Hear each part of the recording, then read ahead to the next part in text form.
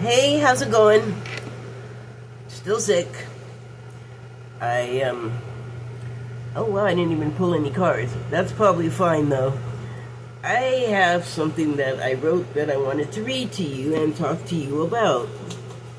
But first, please look at my signs. And oh my gosh, I don't know if I can get that back the way I had it. Okay, please don't flop. So yeah, reading the thing. I don't know if I should even bother trying to explain it. I could just read it to you. Sorry, I'm just moving a little bit slowly because I have sickness brain. Okay, so I was just pondering the other day, and so I just wrote this stuff down. And this is not the one that I want. Where did it go? There it is. Some pennies dropped on some unanswered questions. This is something pertinent to me personally, but I think it's kind of something that happens to all of us. So some pennies dropped on some unanswered questions. Inside me, something shifted, and answers to those questions came. It happened not long after I asked a certain question of myself. The more I think about it, the more I think about it, I think it happened after I asked this question. So what was the question? What role did I play in the situation in question? And nearly every other, there's usually another side to the story. I spent plenty of time being right as opposed to being a bit more understanding.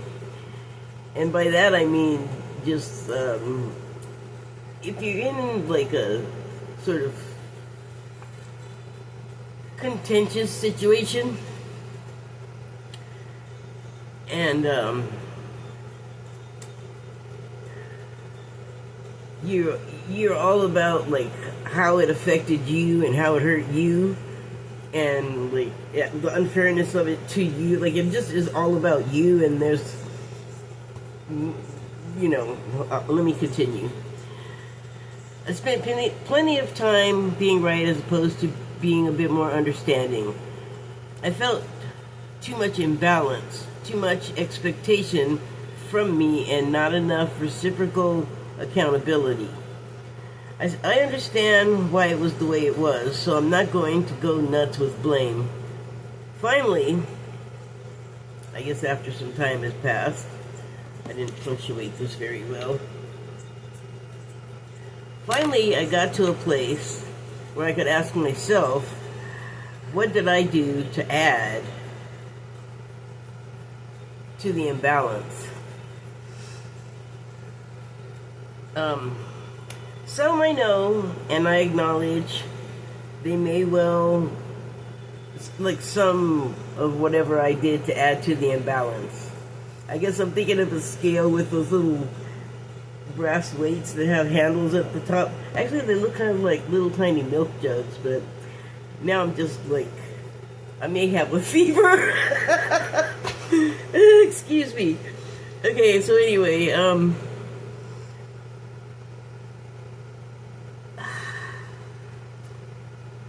in the situation in question and nearly every other, there's usually another side to the story. Oh, I already read that to death. Okay, I understand why it was the way it was, so I'm not going to go nuts with blame. Finally, I got to the place where I asked myself, what did I do to add to the imbalance? Okay, jeez. Please bear with me.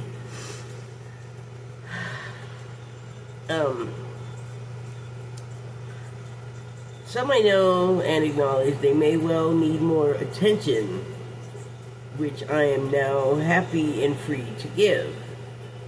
So, I mean, just now that I think of it, I think part of my addition to the imbalance situation was that I didn't really see myself as causing it, but I can only know really well myself and my thought or my motivation in a situation. Another person, I can only divine so much, like they're their whole other unit, I'm not inside of them.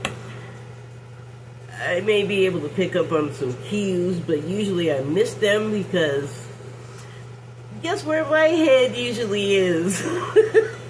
Up my own back road. So anyway, let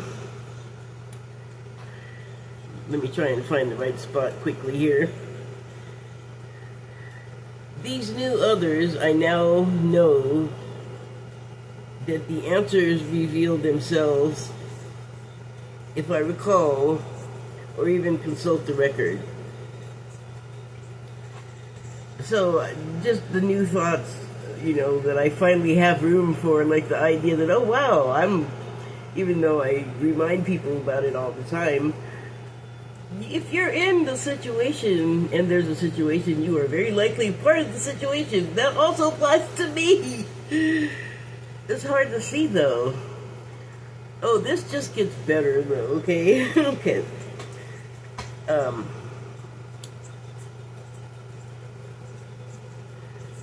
There were admissions, and in combination with those known stressors and other behaves are informing me now, belatedly. I'm not, I gotta, work on my speed on picking up on things. Anyway, or maybe that I don't is the whole point, so I can sit here and tell you how I fumbled my way to an answer. The way the situation took a dive is now making a kind of sense. When stories have two sides, each side has a story. Perhaps a perhaps untold one, or even a completely told one, whose meaning I failed to grasp. Well, I just was talking about that. What do you think when someone you identify as representing a certain thing, and then in another area being the antithesis of the thing you in the world identify them with? That's pretty shallow. And I'm going to say that was a perception I was having on my part, but I don't think I understood what I was looking at. Like I said, admissions were made. And it's not like, over a crime or anything, man. It's just like you have conversations and you just say stuff and you're sort of in the moment, but not in the good way. You're like in the moment and you don't stop to think, and you're just all reaction, you got all excited about something, and before you can stop yourself, stuff starts coming out that you're just expressing immediately, and that's not always the best thing to do. Let's see here.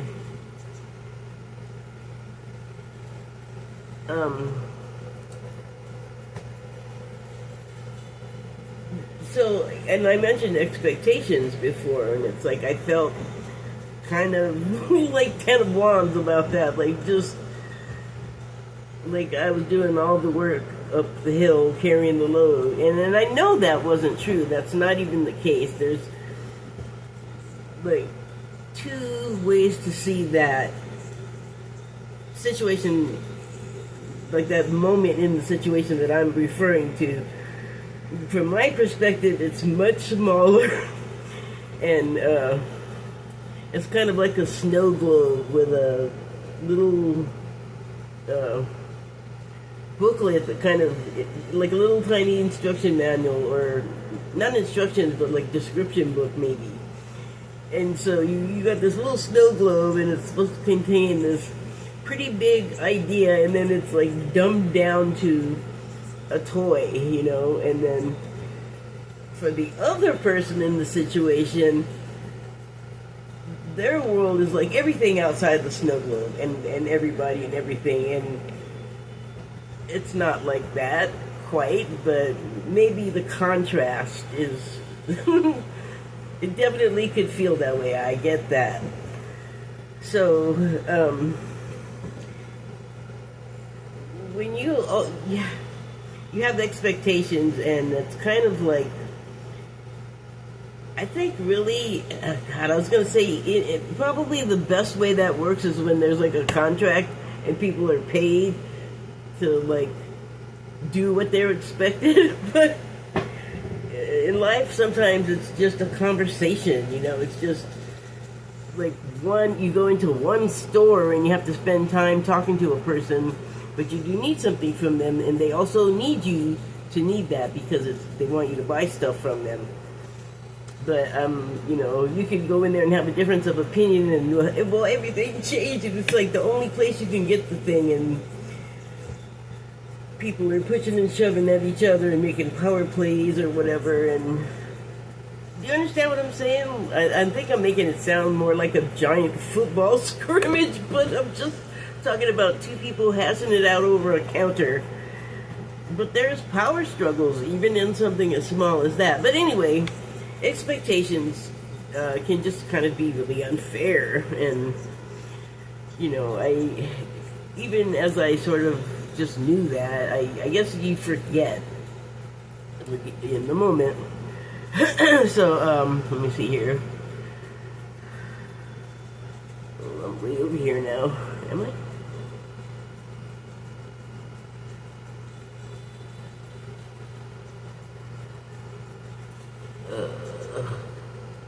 Oh, here we go. And, well, there you go. I could have been demanding of them. Oh, I could have been demanding of them and expected the situation into a corner. Expected the situation into a corner from my own end, or from my end. I was so busy being offended myself, I missed the chance to comprehend the depth of the situation. When seen in a new light, certain acts may have been a low-key, nearly subconscious drawing apart when it came to continuing to labor at a situation that may have been too much and too hard. So, like, it's like agreeing to something and then getting to, like, the bottom of a hill that you have to go over, and then realizing that's a really big hill, and that's a lot of stuff I gotta carry up there, and now I don't know if I want to do it. and I have to do it with you.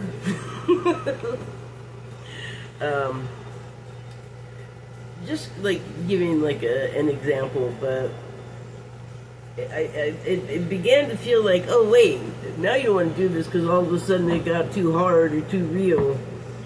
Well, that's great. A bunch of stuff happened.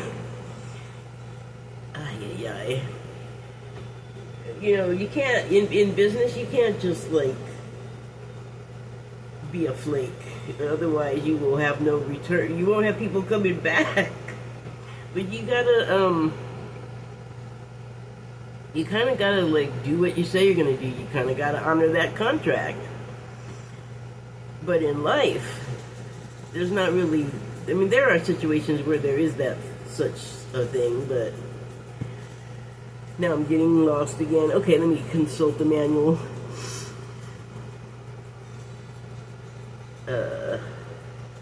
It's true the collaboration in question, had it been concluded the way it was intended.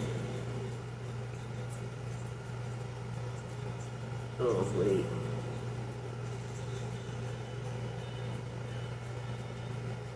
Okay, so had it been concluded as it was intended, I, for some reason, ended the sentence there, but I think in context, well, let me just continue. It's messed up, but I'll just go on, because I think it may help it make sense.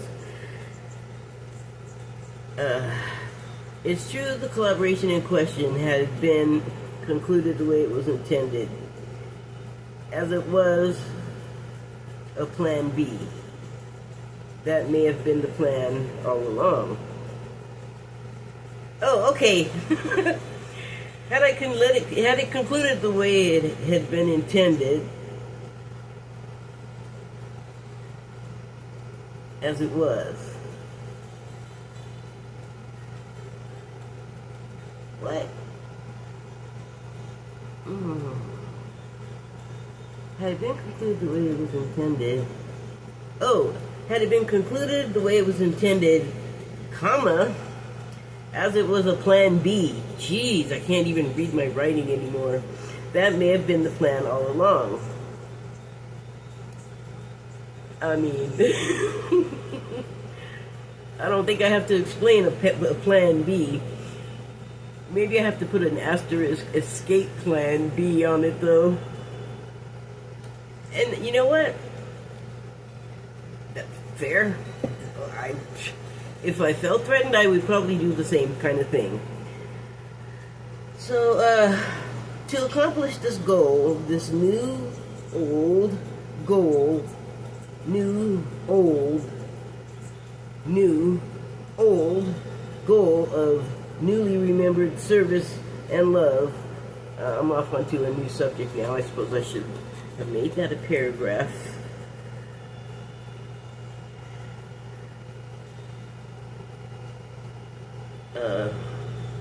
To accomplish this goal, this new old goal of newly remembered service, that's me, and love, I'm like coming into this fuller remembrance and deeper understanding of the kind of service in life that I am giving, helping, I don't know. Really is more important than the other situation that I was talking about. The other which might, at some point, gain a new perspective and overcome the fear of a new old accountability and join again. So it's not like completely forever destroyed. It could reconstitute. Let's see here.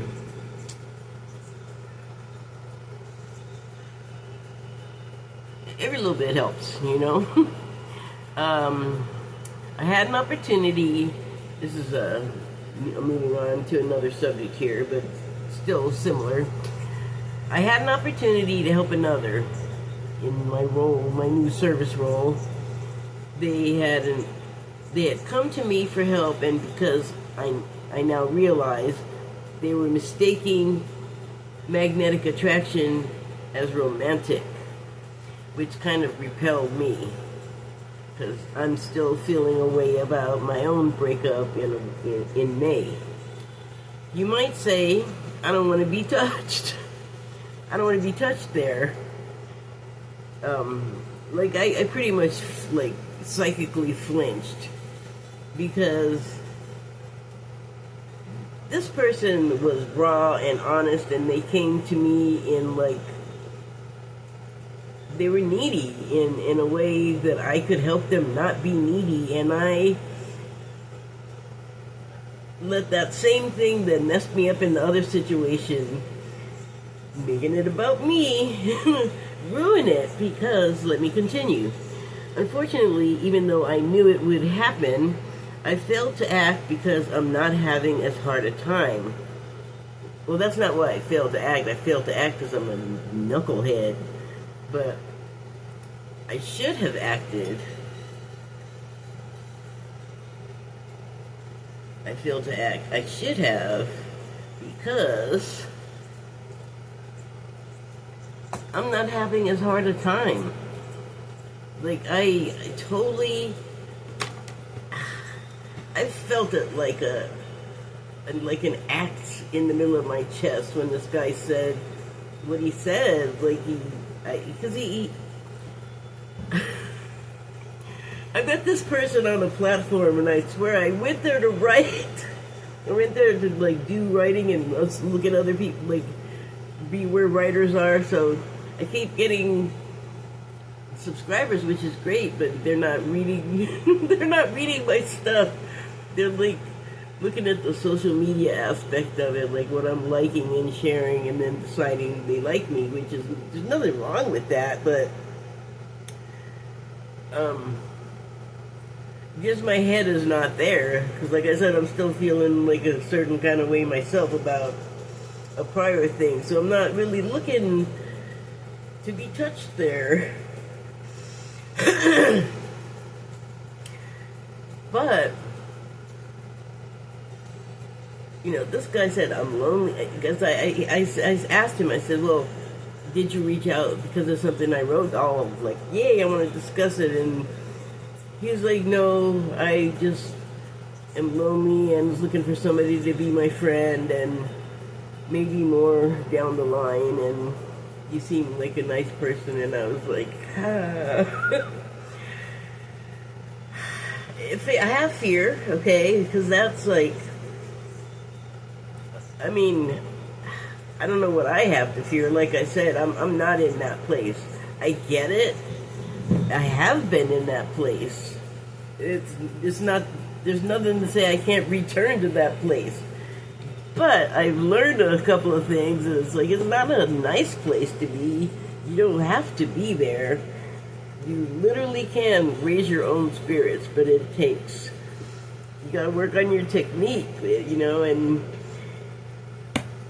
I had to get pretty old before I started to figure this stuff out.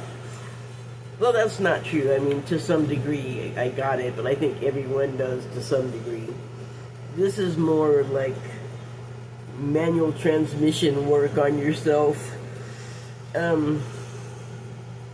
Okay,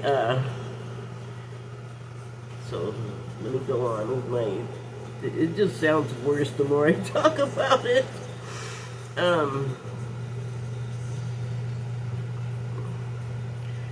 Unfortunately, even though I knew it would happen, I failed to act. Like, I knew people would start asking me things, and I should have, because I'm not having a hard time, said that. The time for not doing hard things because I don't want to is over.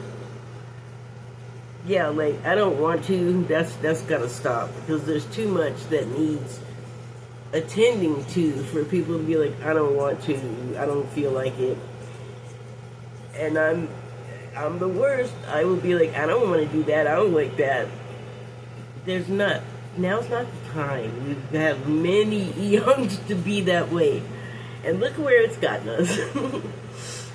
I'm laughing, but it's really not funny. So, everyone, like I was saying in my last video, has the capacity to do something to help the overall human condition.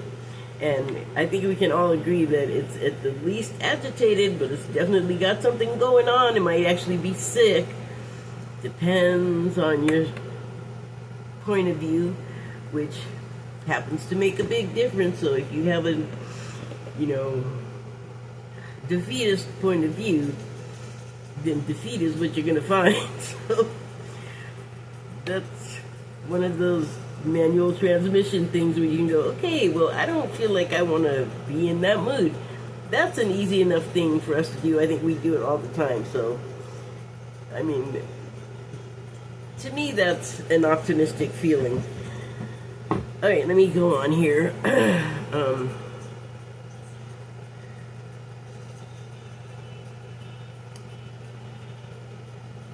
I blew a chance to serve and help the guy. In the past, I found it hard to dissuade those amorous subscribers and haven't tried very hard, so that's my new task. And the task being dissuade them from thinking of it as romantic or anything, and just kind of dropping all of that and just like, what's on your mind? You came around because you had something going on, so what is it? What's up? Let's talk about it. But I am not in the market for a relationship.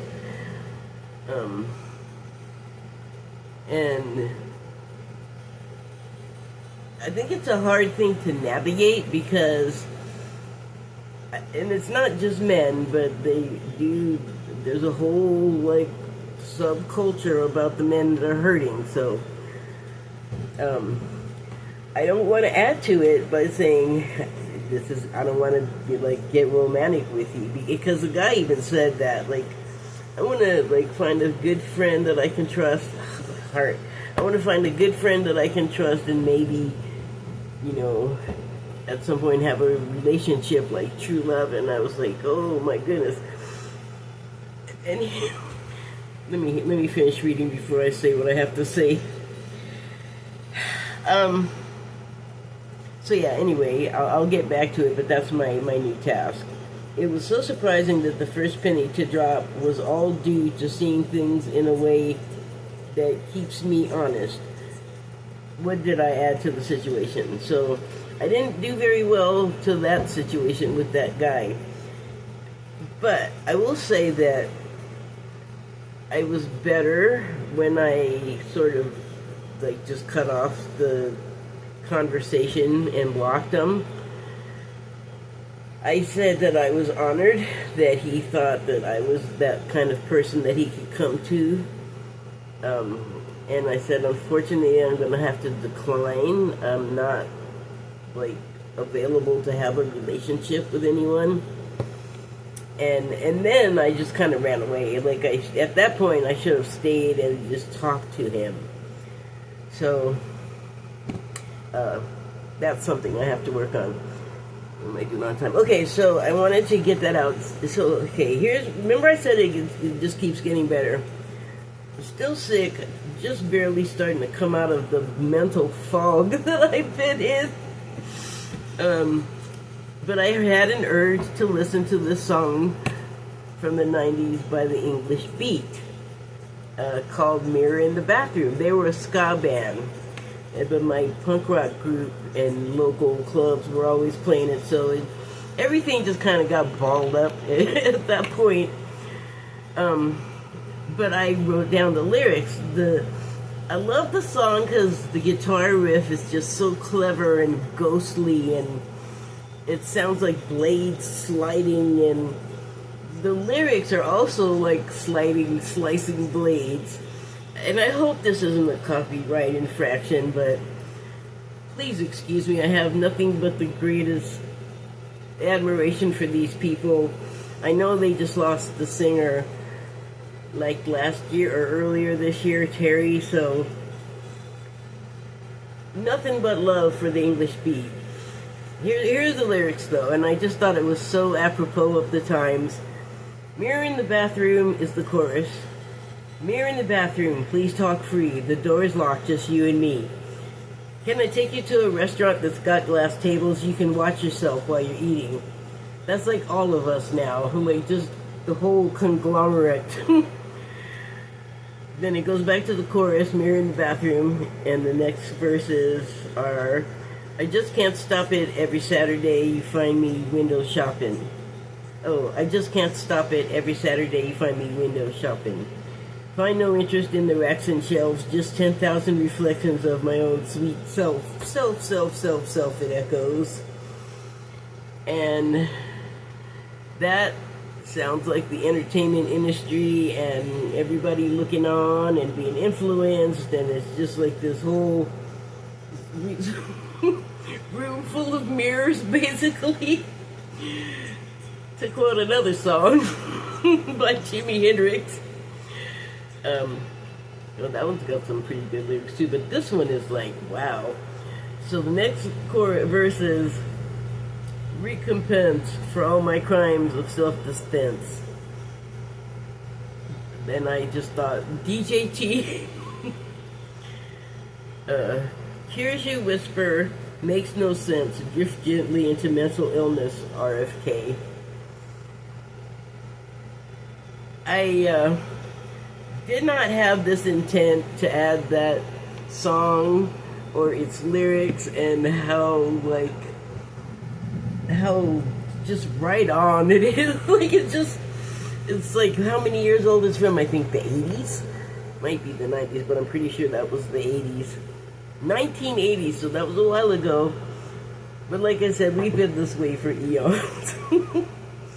Anyway, Yeah, I don't have any cards. I forgot to do any, so I think I'm like worn out now. Thank you and good night. Oh, I'm sorry. I'm not done. So I don't want to, like, I just said all of that and I was like, me. Here's the thing about the people subscribing, and they're not even looking at what I care about. They're not even asking what they're not even asking if I'm like already with someone. They're just coming in and they're like laying it all down like I could, I have a kid and I lost my wife or she died or whatever the thing is. They don't have the woman anymore, and I don't want to be some teenager's mother. I'm sorry. That's why I don't have kids. They don't even ask if I have any. They don't ask if I want any. They don't ask if I'm free to be in a relationship with them. And that kind of right there, it's emblematic of my experience lately with men, but I think it's not just me. And I think it goes in every conceivable direction as far as, like, it doesn't have to be the cisgender direction. It could be happening to all of us, but,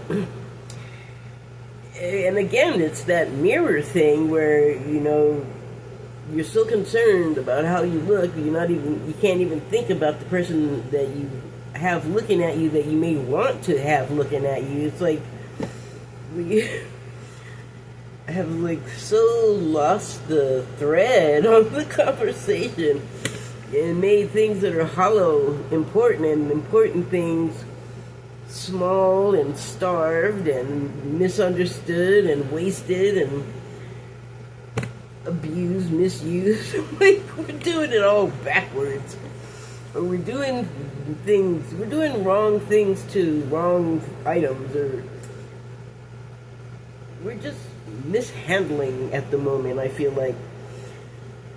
But I also feel like we're in this huge shuffle where all of a sudden that, but I can't even say it. I can say it. The one thing about Trump, as much as I'm like, don't like the way he's doing things, and I love how he was ascribed all these characteristics and qualities that the man never displayed previously in life, and he doesn't, like, I'm just still not impressed by the man. But for some reason, he's like a figurehead that everyone is around, but also he's easily, I don't want to, like, dwell on, like, that so much, but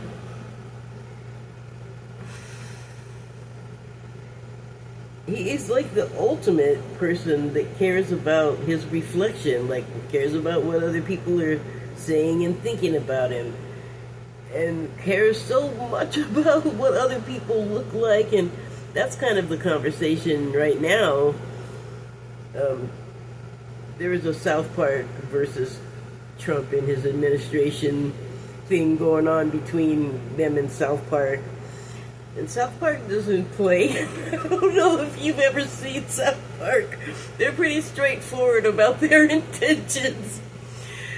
But they did a thing on Kristi Noem, and she's saying it's making fun of her looks because they made part of the thing in the cartoon, I guess, has her face melting, and then they made that their social media profile. So now it's just melted Kristi Noem on there all the time. So she's like latched on to that, which I think is interesting because I've only seen clips, but I saw her shoot 4 dogs in a like 8-second clip. I mean, I think she goes through a lot of cartoon dogs, and I think it's interesting that she's just like, they're just talking about how women look, and they always make fun of women's looks, and and I'm like, you have nothing to say about all of the dog slaughtering? I mean, again, she doesn't look melted. She looks very prepared. She's, made up nicely, I guess, whatever. I mean, she's not an unattractive woman, appearance-wise. Otherwise, Yeah, kind of unattractive, but well, it's the callousness that she just radiates, and yeah, it's hardcore. But the thing is like Republicans are going with that and acting like, oh my God, the whole left hates women, is making fun of women. Okay, but no. They actually say mostly, I mean, some people I'm sure have that. In fact, I am sure they do hate women. That's universal. I don't think one side or the other owns it more than the other. Let's be honest. And let's be more honest and talk about who talks the most crap about people's looks. The president. It's just a silliness. So, if you are aware of all of that, please don't soak your brain in it. There's more to the world and life than, like, I don't get, like a lot of us, I don't get, like, what are you so mad at? Like, why you gotta be so brutal and cruel? I mean, I have just, for a long time, have felt like I'm just kind of over it. Bored with it, like, been there and back, and, I mean, look, for lifetimes, generations, like, it's old, it's boring, can we please move on? Can you get your cowboy conquest out of your system? Because there's more to life in the world. In fact, life in the world could be demonstrably better if we did take more, if we did care more about other people's appearance and looked at them like, oh my goodness, what does this person need? Are they sad? How can I make them feel better? How can I brighten their day? Can I help them carry that package that's really heavy, that's making it hard for them to walk, that's one too many than they can carry, and hold their child's hand? Like, whatever you can do. Little things make people so happy. I mean, try it. It's free. And you know what else? You know what you get in return? You just feel good. You don't even have to do anything. You don't have to do a special dance. You don't have to say a special sing. You just do a little help. And wow. Like, next time you're at the store,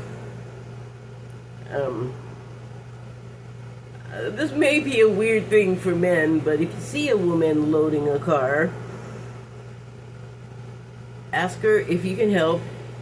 Have her step aside, get out of your arm's reach so it doesn't seem like you're going to try to shove her into her own car like some kind of perv weirdo and drive off with her and her groceries.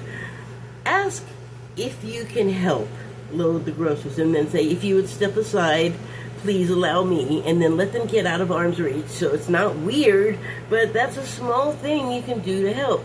You help them not feel creeped out. You help them at a time where you see that they're laboring and they could use a little assistance, and boom, bam, it's over fast, and everybody's happy and safe, and something good happened. You got to help. You get to feel good for helping. And that might not sound like great currency compared to the way we've lived life, but doesn't it sound better than, I shot my dog. You look like this, your disability is that, your color is wrong, you're like, God, okay, we get it, you don't like everything. I actually said this in a comment section yesterday. If everything is terrible wherever you are, it might, wherever you go, this is what I said, if wherever you go it sucks, the common denominator might be you. Like, if you can't go anywhere and it doesn't suck, it might be a you problem.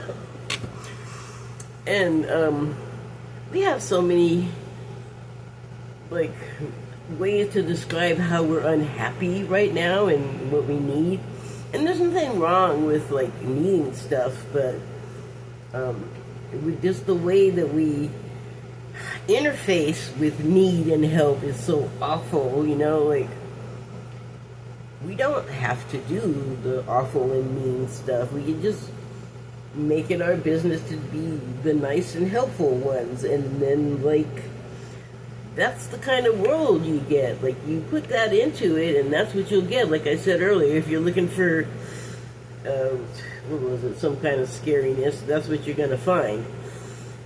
But if you can, like, here's one that would be really hard. I mean, it's hard for me, but I know that it is not only a possibility, it is certainly to become a reality. Good can come out of the situation in Gaza with all of the fighting and arguing and the hurt, and we're not going to stop, you know, ending all of these people because this name is attached to them, and not seeing just the literal human destruction.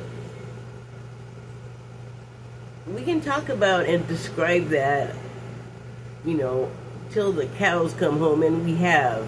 This is not the first time with this particular regional conflict. Over centuries, I mean, in that area, it's like, come on, aren't you people tired of this? Like, don't you see the futility? So, rather than just make that the only thing to talk about, you can talk about how Canada managed to airdrop some food into that place. They need to do it where there's no snipers, apparently, because, you know what, that's enough. You can just, like, suss it out from there. It's so gross, I don't even want to say it. I don't want to put that negativity in my mouth. So, I'm just saying, when you have, like, a really terrible feeling situation, you can either add to it by keeping that state of mind about it, or you can think about it in terms of that is happening now, but the situation is bound to improve. Like, I don't have a specific, but I think just the intention of a future that isn't totally dark and dismal, it can't hurt, right? And in that way, our consciousness creates our reality. Like, that's a way. So, okay, now I'm done. Oh boy, I am, like, dizzy. Thank you and good night. Bye.